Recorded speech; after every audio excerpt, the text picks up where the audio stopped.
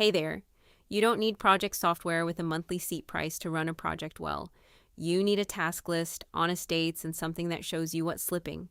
Let me walk you through the project management and Gantt chart tracker, tab by tab. Start on the dashboard, total tasks, what's done, what's in progress, what's overdue, average completion, and budget against actual. The task list is where everything lives.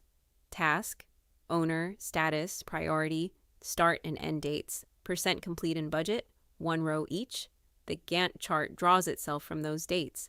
You don't build the timeline. You type dates and the bars appear, shaded by how far along each task is. The Kanban board sorts the same tasks into to do, in progress, and done, so you can work the board without re-entering anything. Milestones tracks the dates that actually matter to other people and whether you're on track to hit them.